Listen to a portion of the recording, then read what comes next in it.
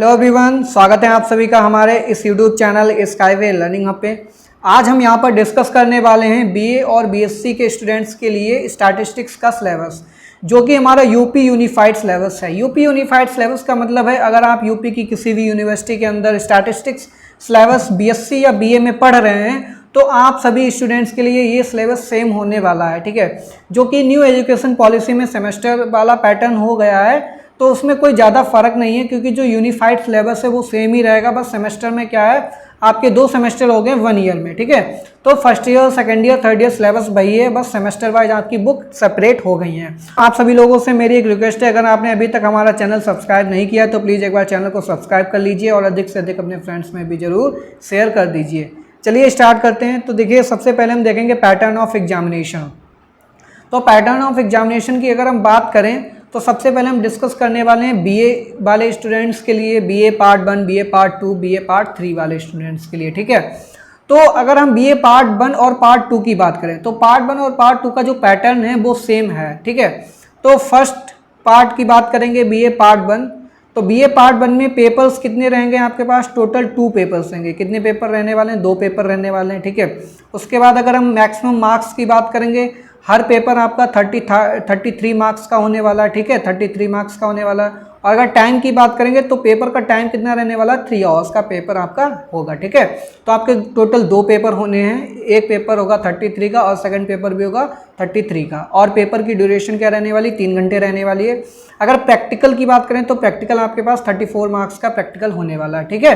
तो यही आपका पार्ट 2 में भी ये 2 पेपर होंगे और 33 मार्क्स ईच, ठीक है। 33 मार्क्स के दोनों पेपर होने वाले हैं। टाइम आपका 3 आवर्स का रहने वाला है और प्रैक्टिकल आपका कितना? 34 मार्क्स का होने वाला है। लेकिन पार्ट 3 का जो पैटर्न है वो आपका थोड़ा डिफरेंट है। पार्ट 3 में आपके पास टोटल यहाँ पर 3 पेपर्स होने वाले हैं और मैक्सिमम मार्क कितना होगा? 35 ईच, यानी कि तीनों पेपर 35 मार्क्स के होने वाले हैं। टाइम कितना होने वाला है? 3 आवर्स का होने वाला है। और प्रैक्टिकल कितना होगा? प्रैक्टिकल यहाँ पर 45 मार्क्स का प्रैक्टिकल आपका होगा पार्ट 3 के अंदर, ठीक है। तो ये आपका पार्ट 1, पार्ट 2, पार्ट 3 बीए वाले स्टूडेंट्स के लिए था, जो कि आपका पैटर्न था, पैटर्न ऑफ एग्जामिनेशन। अब हम देखेंगे बीएससी वाले स्टूडेंट्स का पैटर्न ऑफ एग्जामिनेशन क्या है, ठीक है। हम ईयरली स्टूडेंट्स का एग्जामिनेशन पैटर्न डिस्कस कर रहे हैं। तो यहाँ पर देखिए, बीएससी पार्ट 1 और पार्ट 2 का सेम रहता है जैसे कि बीए पार्ट 1 पार्ट 2 में देखा। बस बीए में पार्ट 1 में कितने पेपर होते थे? पार्ट 1 पार्ट 2 में 2 पेपर्स।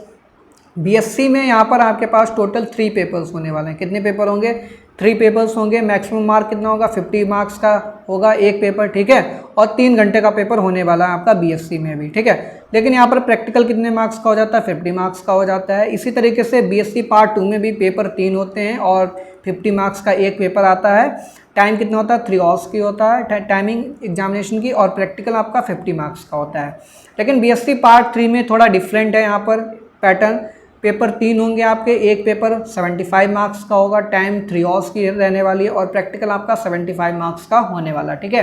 तो ये बी और बीएससी में डिफरेंस था यहाँ पर। अब हम बात करेंगे सिलेबस आपका क्या है। तो सिलेबस की अगर हम बात करेंगे तो बीएससी पार्ट 1 का सिलेबस हम डिस्कस कर रहे हैं यहाँ पर।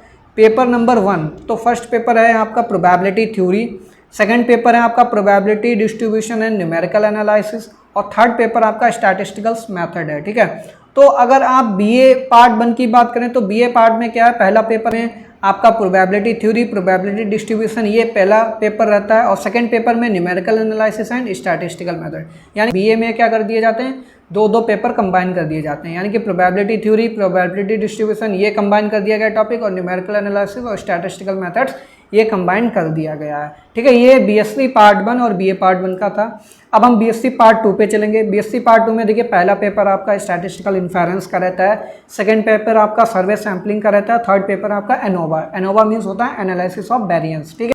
तो यहाँ पर 3 पेपर रहने वाले हैं बीएससी पार्ट 2 के अंदर।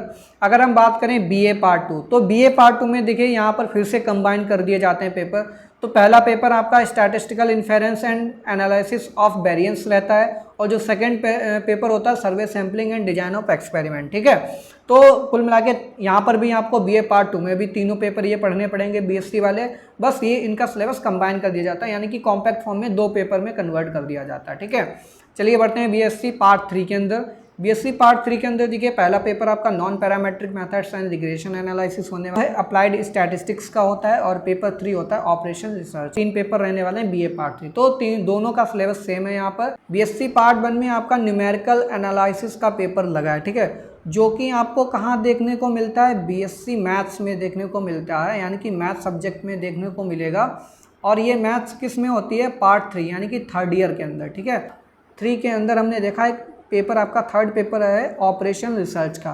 तो ये ऑपरेशन रिसर्च जो पेपर है आपको आगे चल के एमएससी मैथ्स में मिल जाएगा। बीएससी पार्ट 1 वाले स्टूडेंट्स के लिए एक इम्पॉर्टेंट सीरीज स्टार्ट की है जिसका नाम है प्रोबेबिलिटी थ्योरी, ठीक है, जिसके अंदर हम बिल्कुल बेसिक से चलेंगे, क्लास 9, 10, 11, 12 का पढ़ेंगे, फिर उसके बाद बीएससी में आपका जितना भी सिलेबस है उसको भी कवर करेंगे। तो अगर आपने हमारा ये प्रोबेबिलिटी थ्योरी का सीरीज जो है उसके वीडियोज़ नहीं देखे हैं तो आप हमारे डिस्क्रिप्शन बॉक्स में जाइएगा, वहाँ से आपको प्लेलिस्ट की लिंक मिल जाएगी, वहाँ से प्लेलिस्ट पे जा कर के आप हमारा कोई भी वीडियो देख सकते हैं। अदरवाइज आप हमारे प्लेलिस्ट सेक्शन पे चले जाइएगा चैनल की, वहाँ से भी आपको हमारी probability theory video lecture series का प्लेलिस्ट मिल जाएगी। सो स्टूडेंट्स, एक बार मैं फिर से आप सभी लोगों से रिक्वेस्ट करना चाहूँगा, अगर आप हमारे चैनल पे नए हैं तो प्लीज़ एक बार चैनल को सब्सक्राइब कर दीजिए और अधिक से अधिक अपने फ्रेंड्स में भी ज़रूर शेयर कर दीजिए।